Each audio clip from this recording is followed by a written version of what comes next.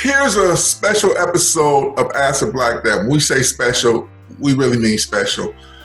We had planned on doing an episode where we hoped and prayed that everyone had a wonderful Christmas and that the new year was starting off right and the celebrations went and people stayed safe.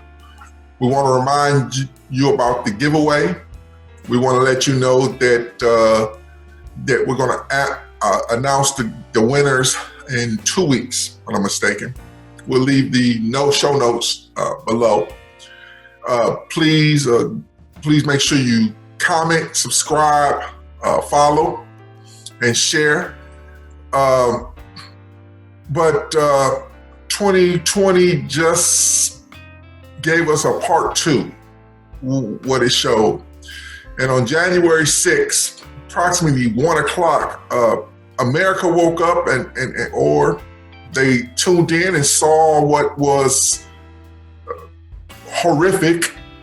Not only that, it was a double standard. It was hypocrisy. It was just a blatant, two-toned law enforcement presence. And it showed that we're not on the same page and that racism, especially systemic, exists. So I'm going to allow you, the subscribers and those that are watching, to come into a Black family's household as we sit around and we discuss what happened. We discuss the insurrection and we discuss how it made us feel when we were witnessing and watching what predominantly white America was able to get away with, was able to do, and turn around and say, it's not racism, it's this and that. And so with that being said, I have my wife, woman, I have 2 of my sons with me, Bubba Love and Varnell II. The rest were busy. So with that being said, I'm going to take it to my wife. Dawn, January 6th, 1:30-ish. What did you see and how did you feel? Or what was your takeaway from as you were watching it unfold? Utter embarrassment. Because for this country to be basically the leader of this free world, we were totally embarrassed. This is not how any leadership should be displayed, performed, but this was a build-up from over 4 years. 4 years of 45 being in office. This is a culmination of all the different things that he's said over the years, inciting violence. I would say, I think it was obvious to anyone who have watched the protests over 2020 and even prior to, and how this was handled and approached. I was in total state of shock. I could not take my eyes off the TV. You know, we sat down together to watch the counting of electoral votes, and we got more than what we expected. I was interested in seeing electoral votes for the first time because I wanted to see what those objections were. You know, we all knew that there was no truth to it, but I wanted to see how can you possibly support, you know, your statement of that the voting that took place was all fraudulent. So you want to more train wreck? What's that? What's that? You wanted to see the train wreck when they was in Congress. I did, but I just wanted to see how somebody could spin that, you know? So I just wanted to see, what can you possibly say to convince, you know, let's do a do-over. Let's push the button and start back over. You know, we got more than we expected. It seemed like we were just standing back and watching a movie and it couldn't have possibly been us. But, you know, I can only imagine not only us as a country, what we thought, but those who are watching us, our allies as well as our enemies. And so if we're embarrassment to ourselves, we're also embarrassment to our allies just by association. And our enemies, I'm pretty sure their thought process was, see, I told you, they're not as good as they say that they are. They're not as strong as they say that they are. They saw the civil unrest happening on live TV. Go, Varnell. So, same thing what Mama said mostly, but as I was watching it, technically it caught me off by surprise. I mean, I went downstairs and I saw something on the TV, and I thought it was like, you know, the regular news story or whatever. But then I like sat there and watched it for a little long, and I was like, okay, so like this is really happening. Honestly, it felt like something out of like a video game or a movie at that.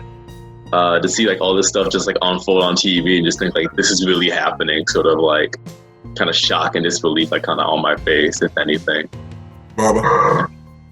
So me in particular, I still remember I was just, you know, writing my article for the website, you know, and I went on Twitter. And Bubba's a journalist, by the way, so he just threw that out there, but go ahead. Yeah, but as I was just like, you know, opened up Twitter, boom, like my whole timeline, it was just talking about, oh, the Capitol, people storming the Capitol, riots going on and stuff like that. And I was just like going through it, and I was like, this is interesting. So I went downstairs and I was just gonna be like, oh, you all know about it? And then boom, it was already on TV. So, you know, I was very, very glued to Twitter and the TV that day. And, you know, I was just watching everything go on. Me personally, my bar for America in general is already low as it is. Mm. You know, I don't have any high expectations, but you know, people find a way to go even below the bar even further, and that's what happened. It wasn't more like it was. I was a bit, you know, taken off by it. I was like, oh, people storming the Capitol, and I was just like, okay. I mean, I wouldn't expect that. But, you know, like, in a way, it was just really surprising. And at the same time, you know, just disappointing to see. So with that being said, we knew, we watched in June, July, part of April, May, part of May, when black protesters, black, white, brown protesters were saying, hey, we want equal justice, we want peace, we want to be treated fairly. When they were in Washington, D.C., they were told these are the avenues you can march down. If they went to certain spots, there was a line of police, heavy armored vehicles.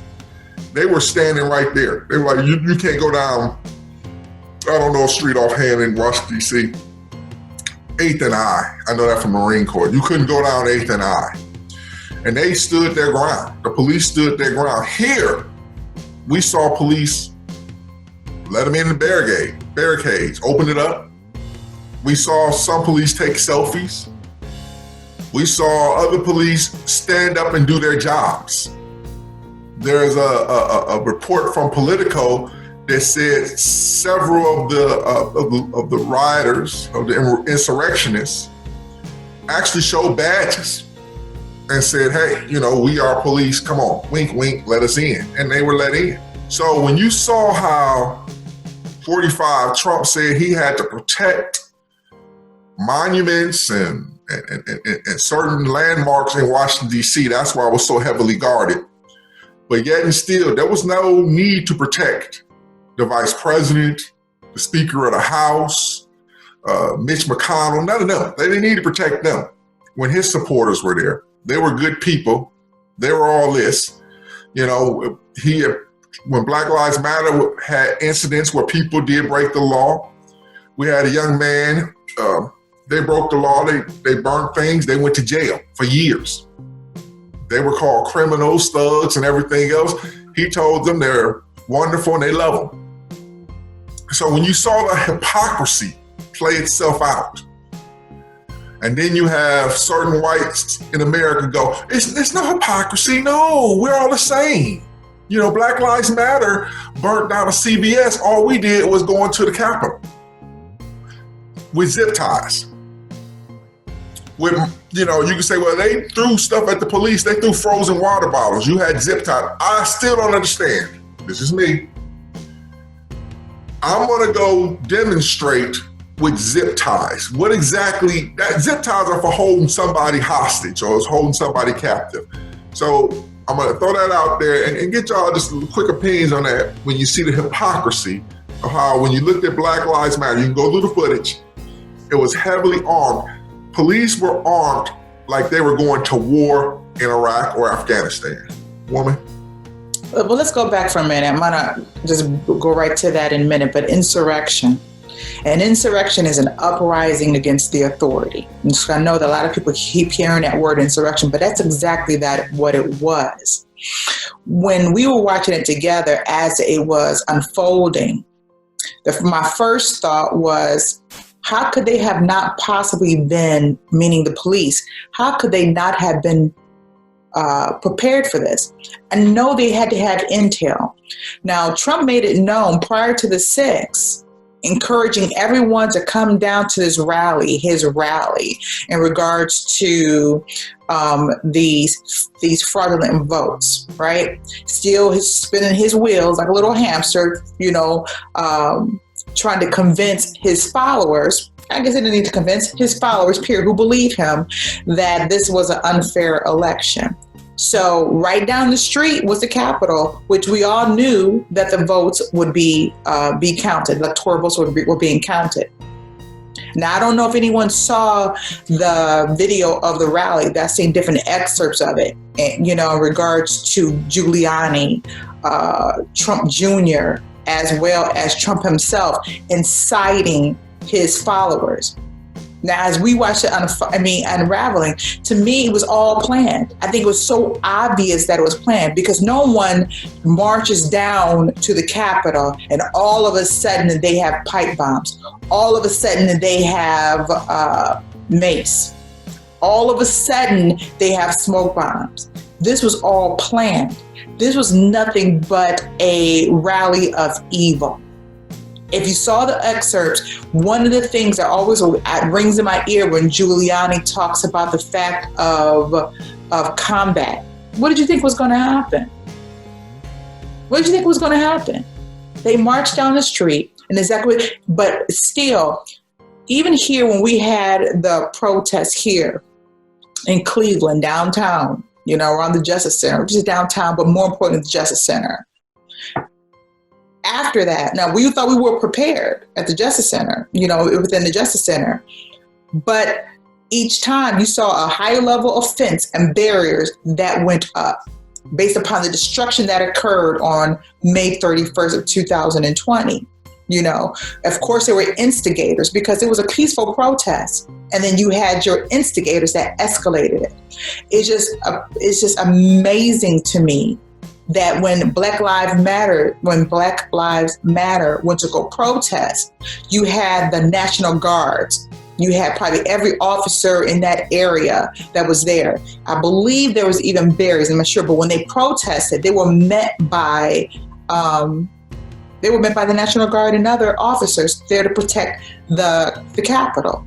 Now here we go once again, and we have this rally that turns into this uprising. And there was clear intention, not to protest. It was clear intention to cause chaos, violence, and other plans that they had. You're talking about the zip tie handcuffs. That threw on another layer for me. You really had in your mind that you was going to go in there and hold them hostage? That's amazing to me. That was eye-opening as we watched them try to break windows and climb through it. 5 people lost their lives that day. 5 people. Today, I'm still in awe. I'm still in shock and awe of what I saw.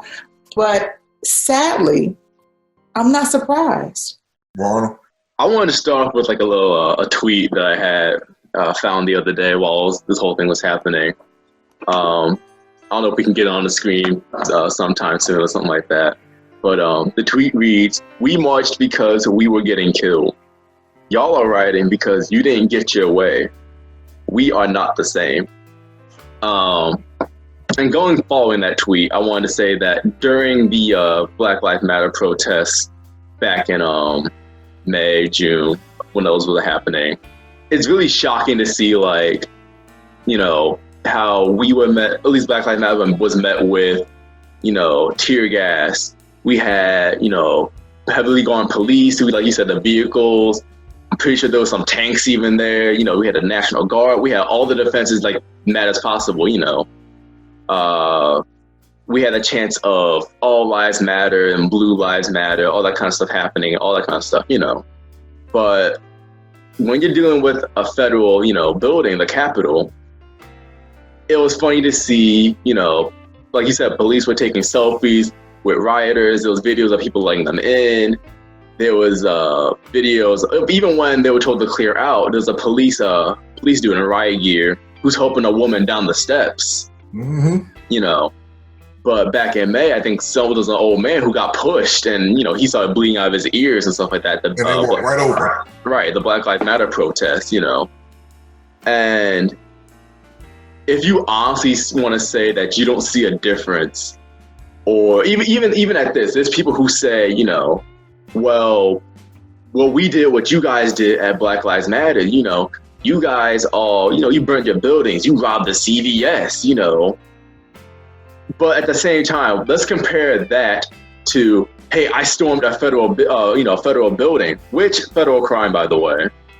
You guys want to keep comparing that to, robbing a store or just burning buildings down. But let's keep comparing those two, the same thing. But it's just that the double standards really did show the fact that if you want to keep saying that white privilege wasn't a thing with this whole thing, you're just delusional at this point. Like Mama said, there was an organized plan going on. No one just brings all this stuff expecting whatever come what may. But while this is all going on, all this privilege and everything like that, I can always say that, I can always be seen with a sandwich and be considered a threat.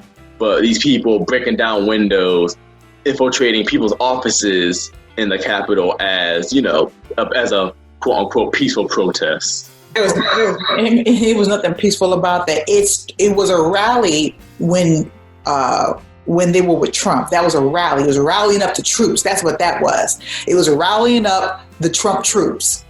And for them to be riled up to go down, and there was never the intention of protest. It was the clear intention of causing chaos, disturbance, murder, assault, kidnapping, and anything that you can think of. Some of these cases, people saying, well, a lot of these people weren't, arrested. Isn't that amazing?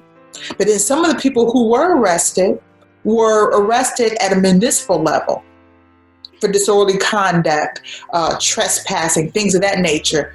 Really?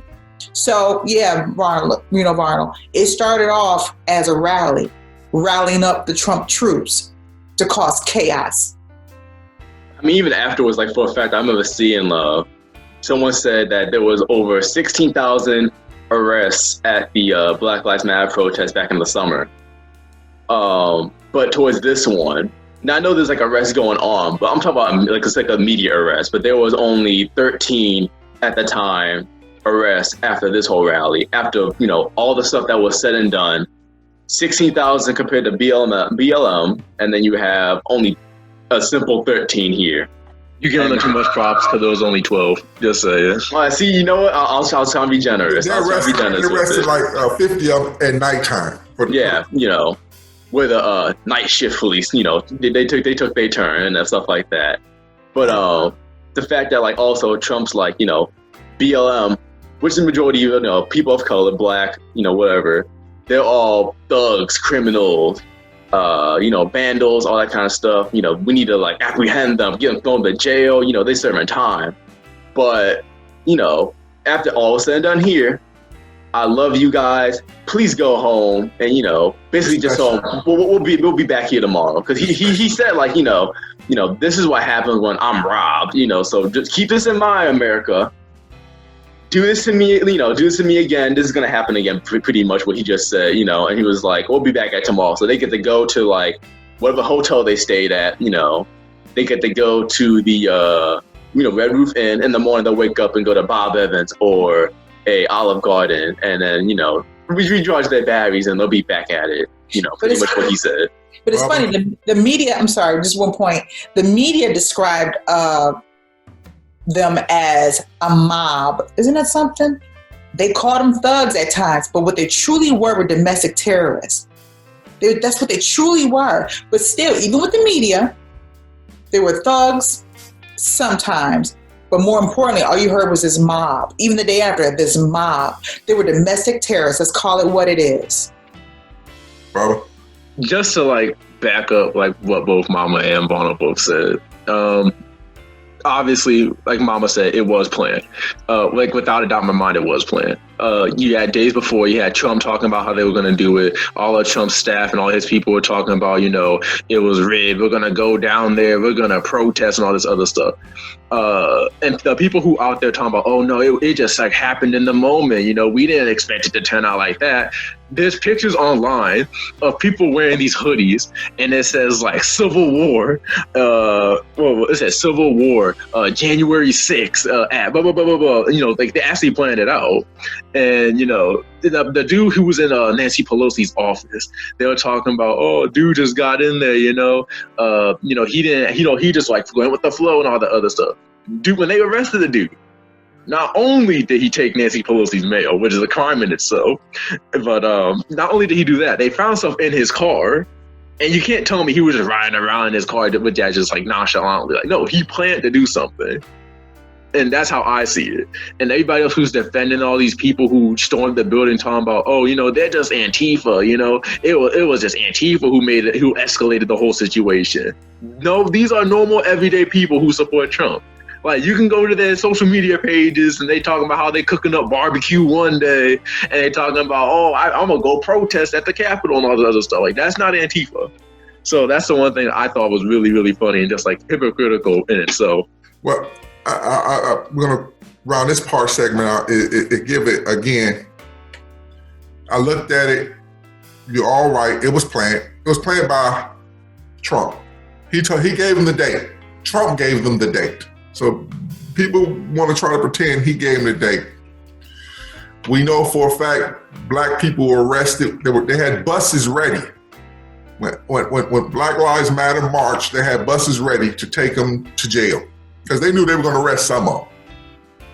There are black men and women sitting in jail in prison right now for setting a fire at a CVS for 8 years, or fire in a trash can for 8. They're sitting in jail for years.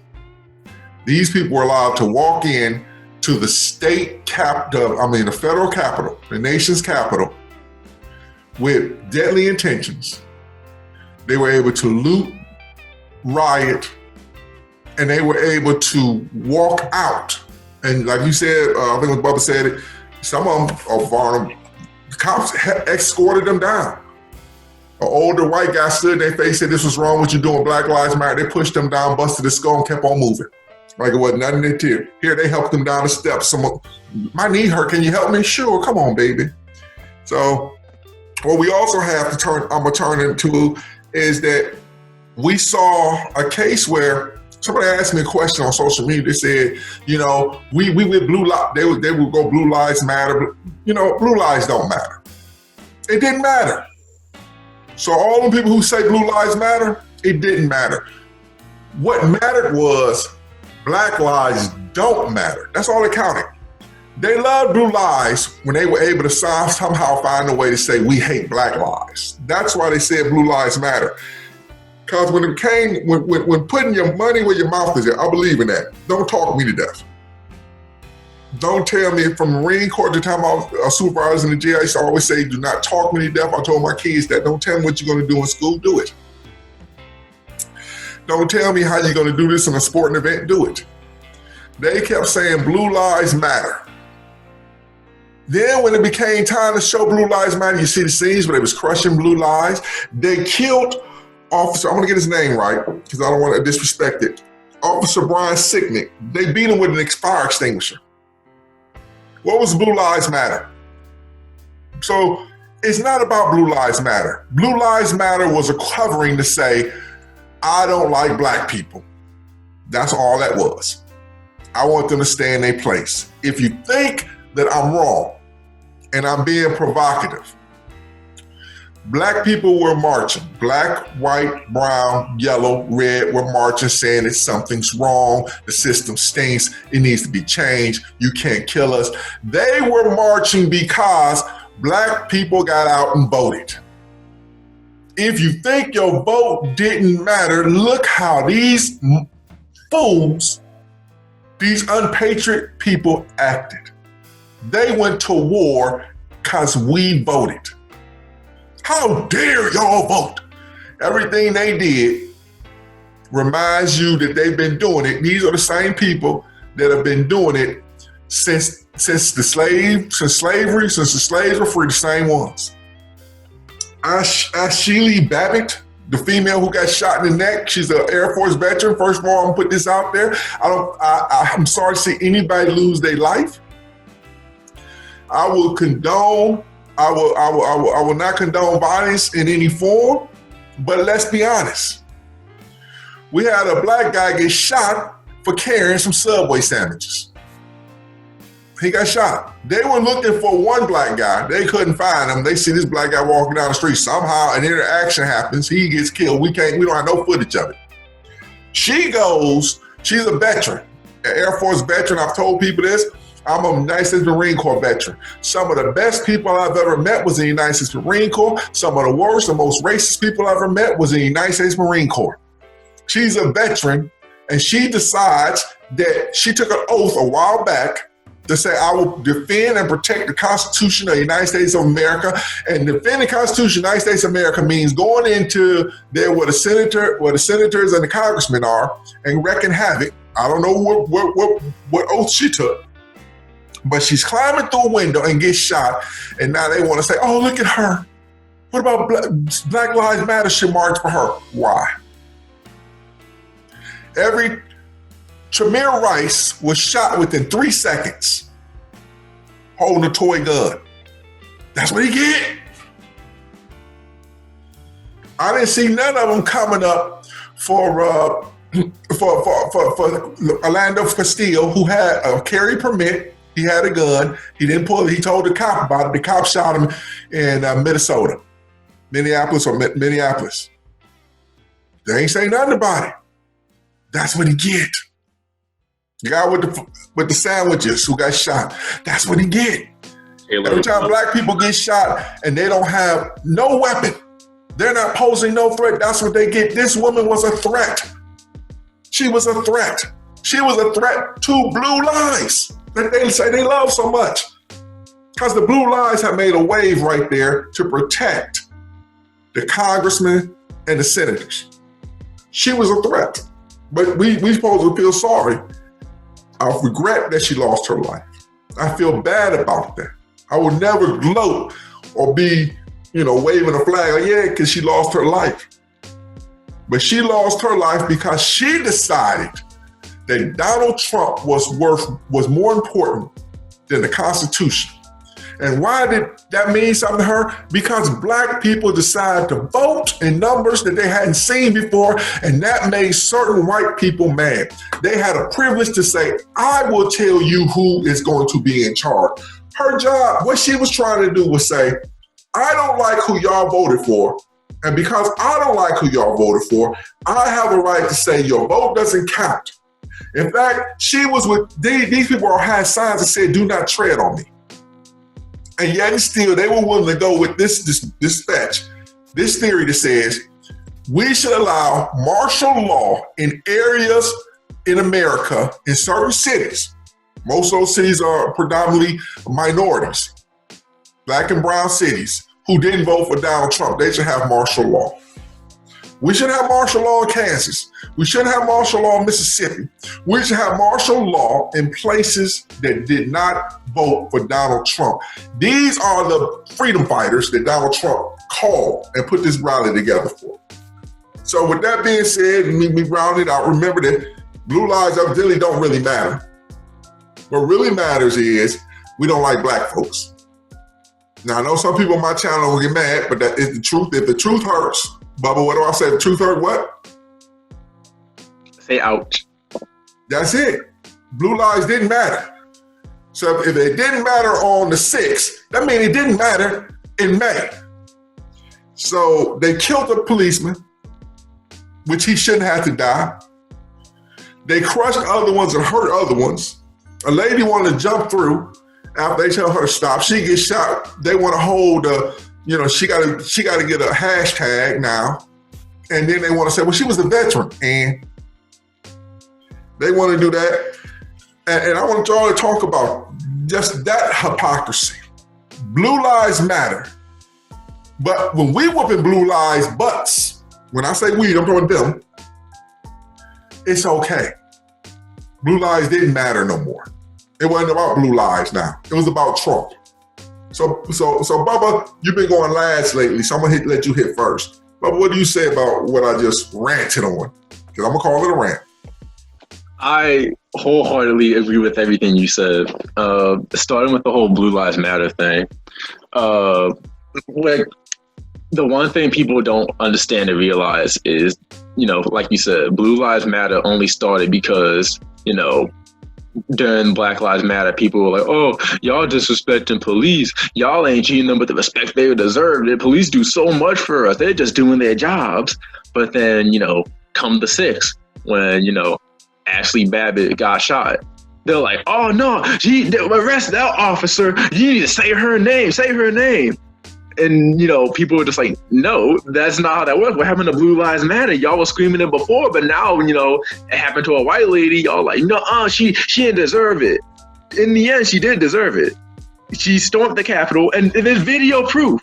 She literally broke the window out, and she's climbing in the window. She's standing on the windowsill, about to climb in.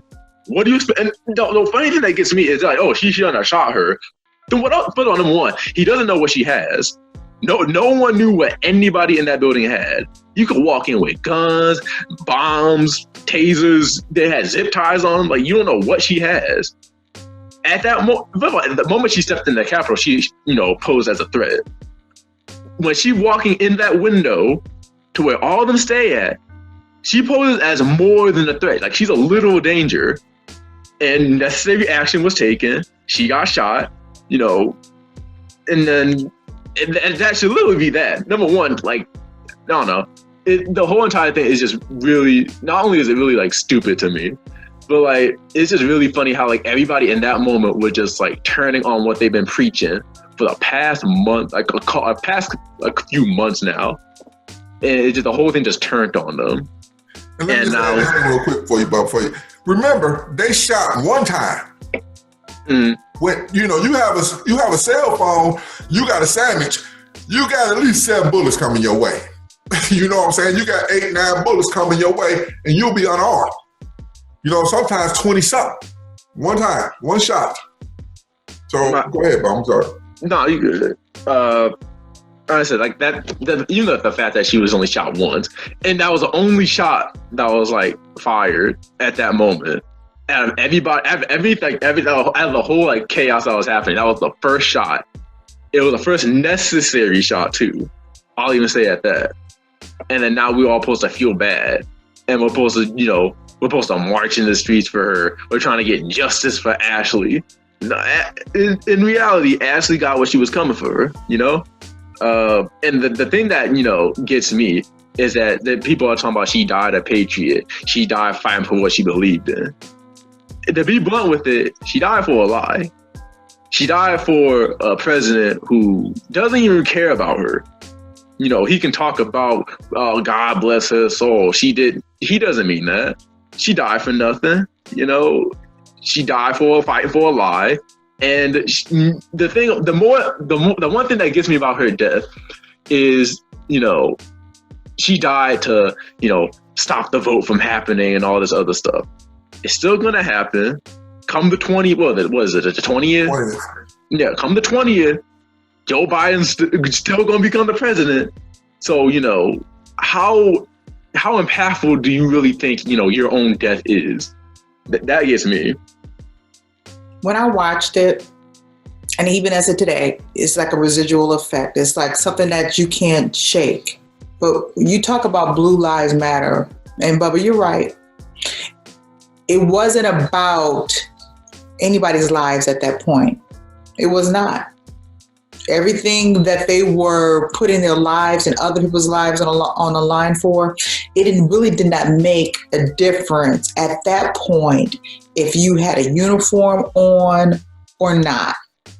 If you were in the way of what they wanted to accomplish, which I believe was to murder, to cause disruption, kidnapping, whatever other things that they had in plan, because guess what? The evidence was all there. You had it. I believe you do have some people's like, well, this is not what I signed up for. I just came out and protest, but because you saw it started to thin out afterward, people started walking away. I can understand that, but there was nothing about one man, not God, not country, but one man. And I think that it was obvious to the world. It was obvious to those that watched. I was embarrassed. I'm pretty sure this country was embarrassed, but I was more embarrassed for the fact that my children had to see this. Every time we have this uprising or just, blatant racism is thrown or injustice is thrown in our face, everything is televised now.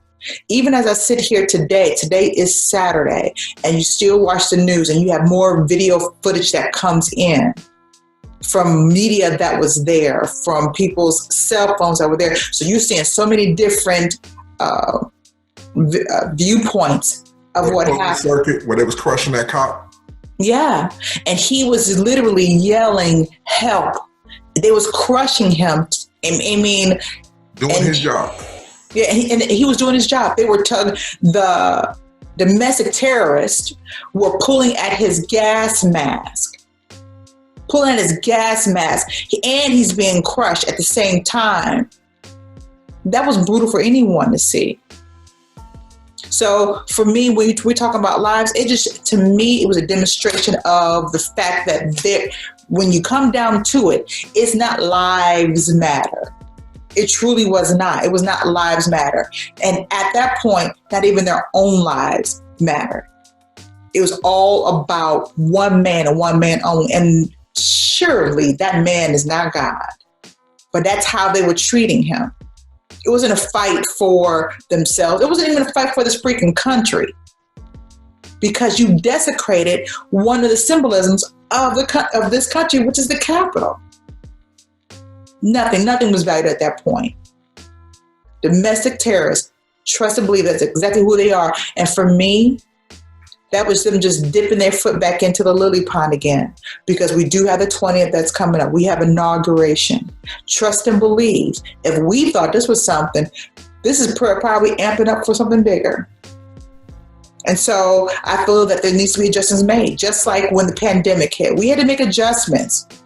We had to make adjustments to where virtual school, virtual court, so many things that are virtual search. There's going to be something that's going to be done different. But what I did appreciate is the fact that, that they came back later on that night, because what they want to do is to delay the counting of the vote. They came back that night and they finished their jobs. But this is like, I'm numb and I'm angry. And there's nowhere for that to go right now. And I pray every day for God to help my heart, because it can go in so many different ways. So, first off, like you said, whatever happened to Miss Babbitt, it was sad. No one ever wants to cheer or gloat about someone ever losing a life. No one ever wants to do anything like that. But I see people talk about, remember her name. This was such an execution. Had that officer held responsible for shooting and killing her. And going back to what Bubba said, nobody knows at all what she had on her.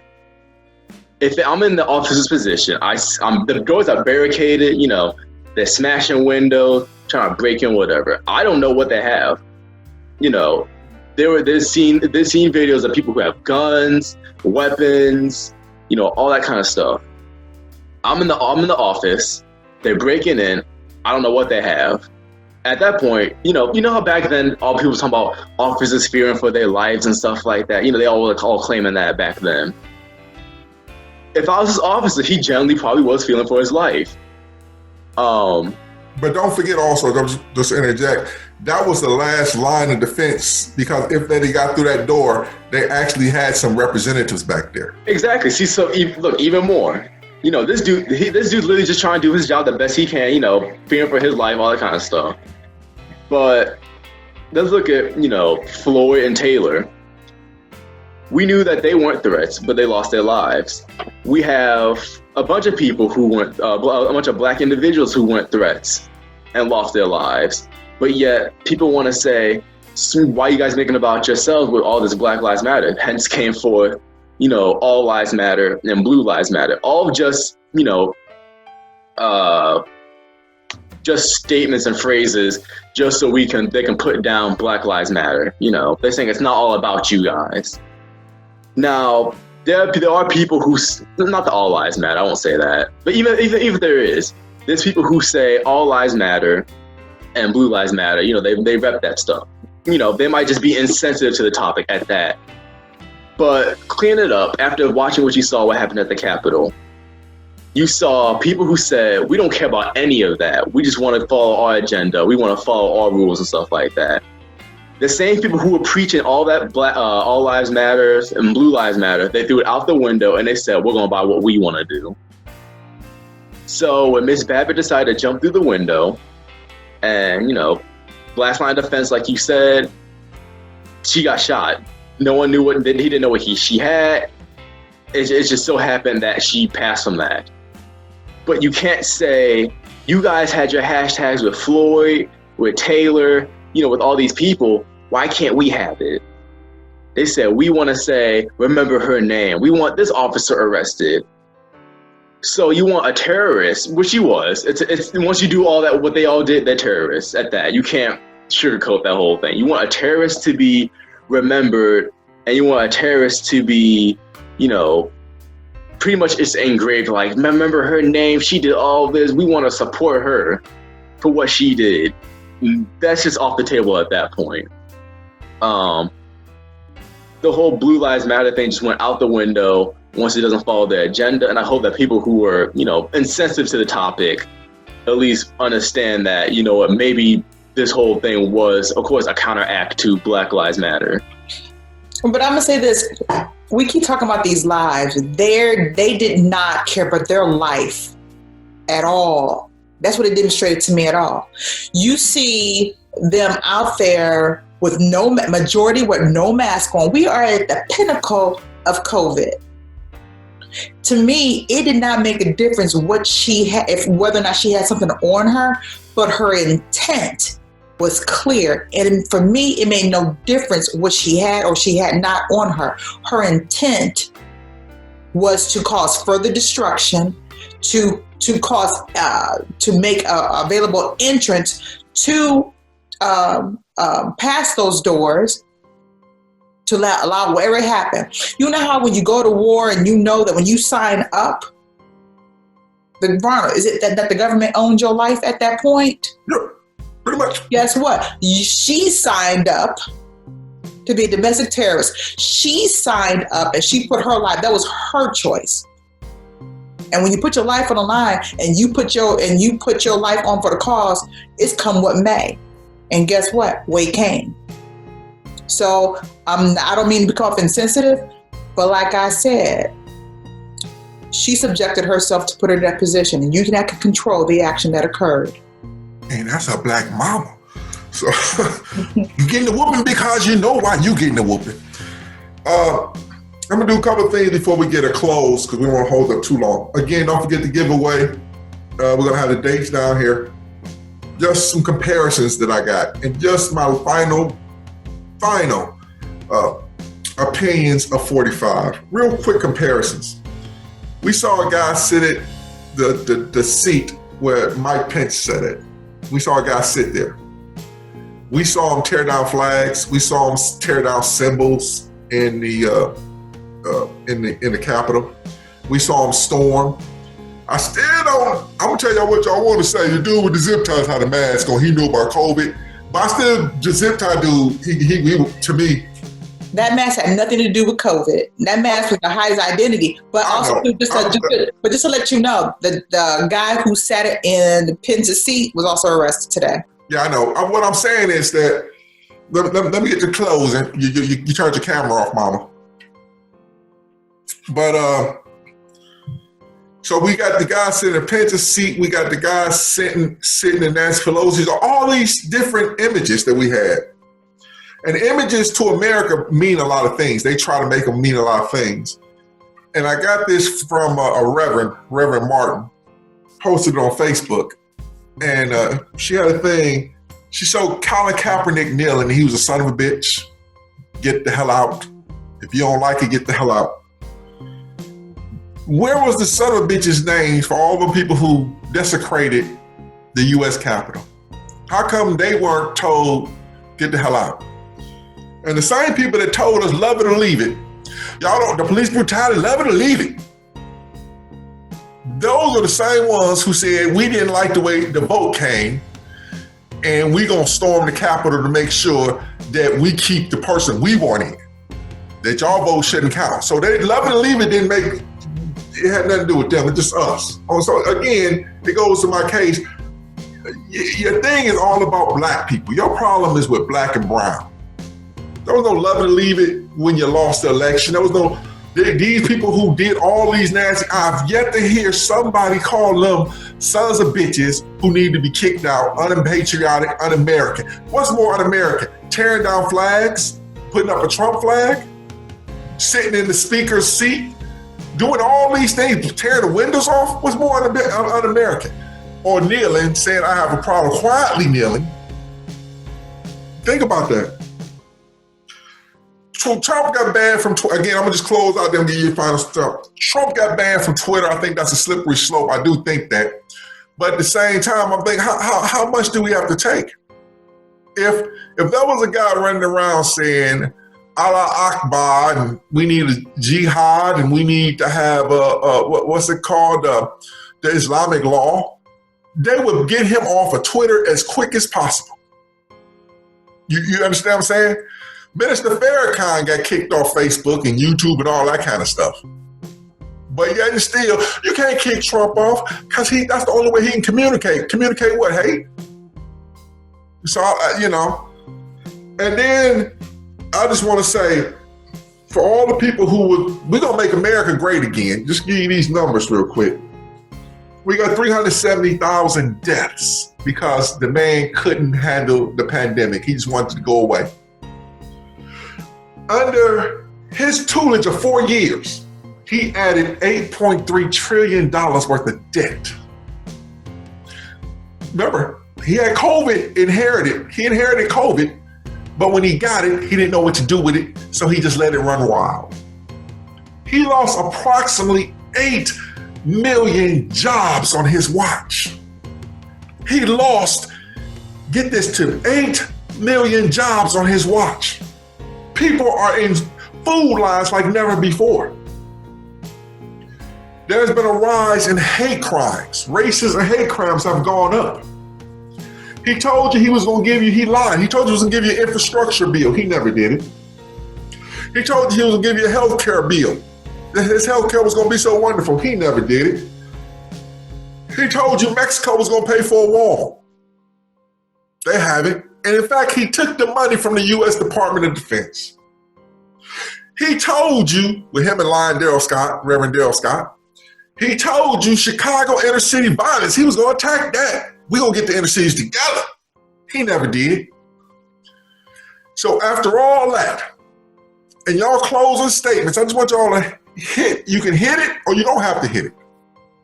You can stay where we at. After all that, what I just said, these are facts. These aren't lies. You can look them up. He didn't do it. These are numbers. Numbers don't lie. All that he's done. Tell me, did he make America great again? And if so, can we get to that part where he made it great? And with that, I'm going to have y'all close it out and put your final comments in before I send our final quote of the day. So we're going to start with you, woman. Did he make America great again? No, he didn't make America great again, but I don't think that was ever his intention. I think to be great was great for who? Great for him and his friends and all those that he pardoned, from jail. No. But what we got is what we knew was going to happen from the very beginning. And it's utter chaos, entertainment, sadness, and grief. I don't know if anyone really expected much. I'm pretty sure I didn't expect all this, but I never had high expectations or any expectations from 45 when he took office. So great?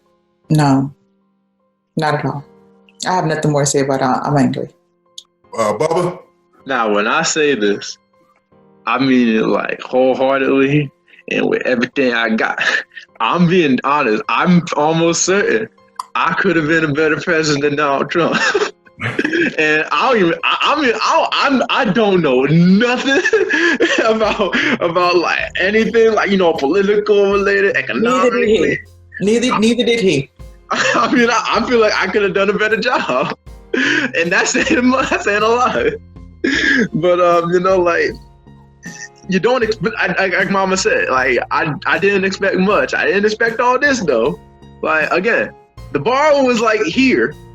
Dude took it like 6 feet under, and he just like nosedived into it. So like that's how I feel about him. That Donald Trump ain't ish. So. What's your thoughts? You said my thoughts? Yeah, what's your thoughts? No. You said what? I said no. No. I mean, that's pretty much it. Like, I don't know. When he first got into office and stuff like that, I expected things to be bad, but like, not this bad. I mean, it was just terrible. This year, like the whole 4 years he's been in office is the one time where like I actually got like somewhat into politics. Not like into like was like a whole hobby of mine, but like I actually started paying more attention and things like that. And I mean, I just can't see how people like support him for this long. Like just keep going on doing it too. Like at some point we just gotta like get calling it quits and be like, yeah, like I'm out. Like it's just like, you could admit you wrong. You could at least say that and be like, maybe this dude wasn't best for office or whatever. I don't know if they saw him from Home Alone, they saw him like on his TV show or whatever and said, you know what, I want this dude in my office, but like, nah, like, it's gonna be a no for me, dog. I'm done. I will say one thing. Donald Trump did do something good for me. He did. He allowed me to clear my Twitter list of all the people supporting him. He did do that. So that was nice. I got a little clean sweep in there. So, that's the one thing he did. With that being said, we're going to go to a quote, but before we get to the quote, we always end with a quote of the day. Before we get to the quote, remember there is a giveaway. I don't know how much I can push this episode because Facebook is a little bit, but we had to tell you the truth. This is a black family telling you what we saw on January 6th, telling you how we saw it for the last 4 years under America. We didn't get into the fact of friends, white friends who turned out to be just crawling from under rocks and couldn't wait to show their true colors. So just January 6th, we took it in. This guy's terrible. He's terrible. He's terrible. In closing, I'm gonna give a quote that came from Howard Johnson, who's my dad. He's passed on, he passed in 2008. But he used to say something to us, and it hits home for me now when I see this. The Congress is talking about impeaching Trump for the second time. A lot of people say, why do it? He's about to be gone. He'll be gone, blah, blah, blah. But they say part of the reason they want to impeach him is to make sure he can never run for any type of federal office again. And other people are like, I don't get it. People might not vote for him. Why would they? My father used to say, and the quote was, if he did it to you once, why the hell would you let him do it to you again?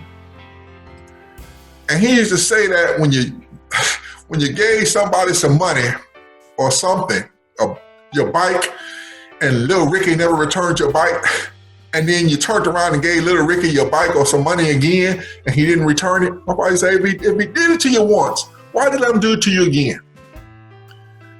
Some people learn from their mistakes and their flaws, and they learn how to do it better. If you give him another chance or another crack at it, or if you give his family, don't forget they were there helping him support on and bring this treacherous, riotous, lootinous insurrection to bear. They were there.